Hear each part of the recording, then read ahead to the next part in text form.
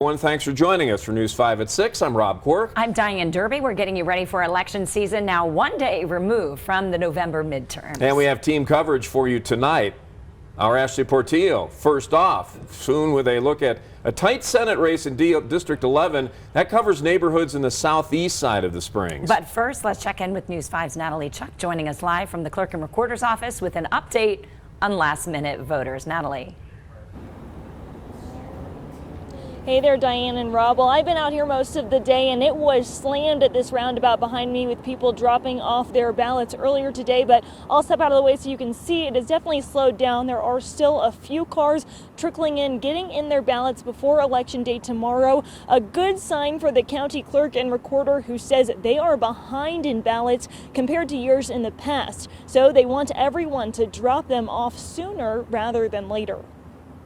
Thanks for voting. The car's going round and round. Hi there. The roundabout at the El Paso County Clerk and Recorder's Office, a sign that Election Day is almost here. The ballots going around that loop and then down into the various pockets. And for the Clerk and Recorder himself, Chuck Borman, it feels like his own Super Bowl. This is what we were built for, is to run elections. It's a lot of planning that we've been doing the last 8, 9, 10 months, a lot of planning coming to fruition. Despite the string of cars outside, there aren't as many ballots here yet compared to the 2018 midterm. The number of ballots returned so far is about 150,000.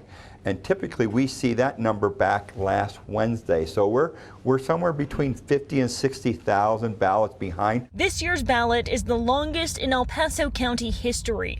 It's estimated an educated voter will spend about 20 minutes filling it out. I got all the information and I sat down and I read. But for some, and then when I thought I was done reading, I read it again. Length is no deterrent. For Scott Deeds, voting is much bigger than the ballot. I lost my son in Iraq. Freedom is not free. There's always a cost. And so this is very simply my way of carrying on his legacy. Deeds is an example of the many voices making themselves heard this midterm election.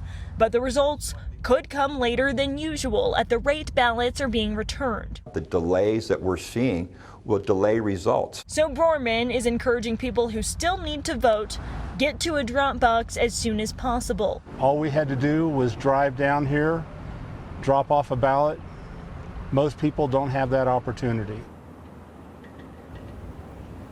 And a reminder, as long as you have lived in Colorado for 22 days before the election, you are still eligible to vote. You can still register and vote in person tomorrow up until 7 o'clock tomorrow night. Reporting from the County Clerk and Recorder's Office, Natalie Chuck, News 5.